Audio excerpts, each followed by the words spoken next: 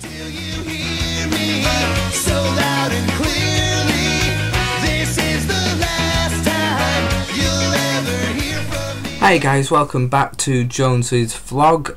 Obviously back from my week away, so thank you very much for all the views that you've still been giving my videos, and all the comments that's been coming in. Have received quite a few and got up to about 6,000 views now, guys, so thank you very much for still watching, even though you knew that I was away and I won't be doing a video for a while. So obviously quite a bit to catch up with in the time that I've been gone. So obviously only one place to start really, and that's of course Neil Warnock getting the sack. Very long overdue for me. You know, I would have liked it to happen quite a while ago, to have got a new man in who could possibly maybe have got us up into the playoffs, but certainly would have made us get away from this relegation battle that we find ourselves in now. So, you know, too little too late for us really, but, you know, obviously the right decision. He had to go. You know, he wasn't going to be here next season, so it was just, I didn't really see why he was staying on so long really. I don't want to portion all of the blame on him for how things have gone this season. You know, he's just been sort of one of the factors within. You know, I genuinely believe when he came to the club that he was the right man to take us forward, and for various reasons that just hasn't worked out. And you know, obviously the investment problems and the takeover, he didn't have the money to spend, which is fair enough, I understand that, but the money that he did spend and the players he did bring in were just the wrong players. You know, I'm sure for the money that he spent on people like Michael Brown and you know, David Norris and Michael Tongs and these sort of players, I'm sure they could have been spent a lot more wisely on other players that are out there, and better players that were more suited for what we needed. So, you know, that's where I feel he went wrong, and his style of play sometimes, and the squads he was picking, and the formations, the tactics, were just all completely wrong. So obviously it was the right thing for him to go, just a little bit too late for me really. Obviously the candidates are still pretty much the same. You know, obviously Brian McDermott, Gus Poyet. One that's quite worrying is Mark Hughes has been mentioned, which just definitely no go there for me. Obviously since I've been away, Martin O'Neill has been sacked by Sunderland, so you know, that's another new name in the hat. Personally for me, a good couple of years ago I would probably have thought that was a fantastic appointment, but for me the past few years, for whatever reason, he just doesn't seem to be doing it for me anymore for the team, the clubs that he's been at. Seems to have just not having a great time. So again, I don't know if he would, you know, got lots of passion obviously, which is great, but something doesn't seem to be quite working with him recently. So for me, McDermott or Poyet would be great acquisitions for the club, so I'd be very happy with that. A lot of people, well I say a lot of people, a few people saying David O'Leary, get him back at the club. Yes, you know, he was great when he was when he was manager all those years ago, but I don't think, you know, he's not really been at a top level of management since then, has he really? So I think that would be a bit of a silly decision really. But for me, I think we need to make the change now. You know, why wait till the end of the season? Get the manager in now so he can see the squad that he's got, see what he's got to work with, see the changes that need to be made, and more importantly at the moment, you know, with losing four games in a row and the draws before, we really do find ourselves in a relegation battle. You know, 5 points off the relegation zone. I really didn't believe it was going to go this downhill really. You know, obviously I said that I didn't believe we'd be anywhere near in contention for the playoffs, but for us to go down this rapidly, it just says so much about the team really, and the players. You know, I was thinking to myself yesterday and the day before about the players that are there at the club. Apart from Sam Byram, you know, obviously the youngsters that are already there that have just signed on. Apart from those, possibly McCormack, I don't think I'd be disappointed to see any of the other players go really. I think they're just really average at best. There's no one in that squad that makes me think. There's no one in the squad that has that excitement factor. You know, we don't have one of those exciting players that, you know, causes a stir every game and that people are thinking, oh, you know, we can do something. We just don't have that. And you know, if things really do go downhill, we're going to struggle to keep hold of Byram. some of the young players as well, obviously. But I really think next season it's going to be a case of a complete squad overhaul for me if we want to do anything. Obviously, it's going to depend on which league we're going to be in. If we go down a league, I honestly believe build a team around the youngsters we've got, blood them straight into the first team and bring in some experience around there, but some decent experience, not the likes of bloody Michael Brown and players like that.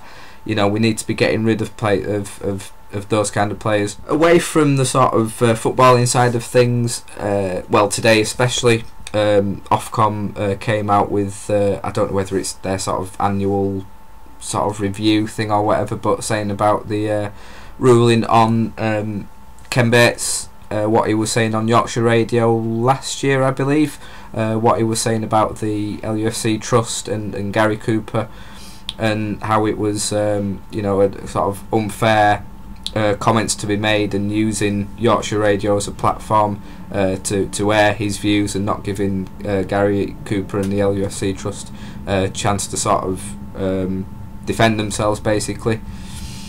Obviously the Trust, I haven't been keeping up to date completely with it, but I think from what I've seen they are planning on writing to the FA and the Football League, asking them to look into it and to see if Ken Bates is a fit and proper person, which is absolutely right. You know, good on them. I mean, if it means completely getting rid of him from the club, then it's, you know, thumbs up. You know, fantastic news, because he really isn't. I don't really need to go into details about Bates, because the majority of people will know, you know, about him and everything he's done at the club, and everyone goes, yes, but you know, without him, you know, Leeds United wouldn't have been here today, and they saved the club and everything. And it's only so many times you can hear this excuse and these reasonings. Yes, great, he came in with money and saved the club. With whose money was it? We have no idea. You know, there's so many offshore bank accounts and different people, and who actually owns the club.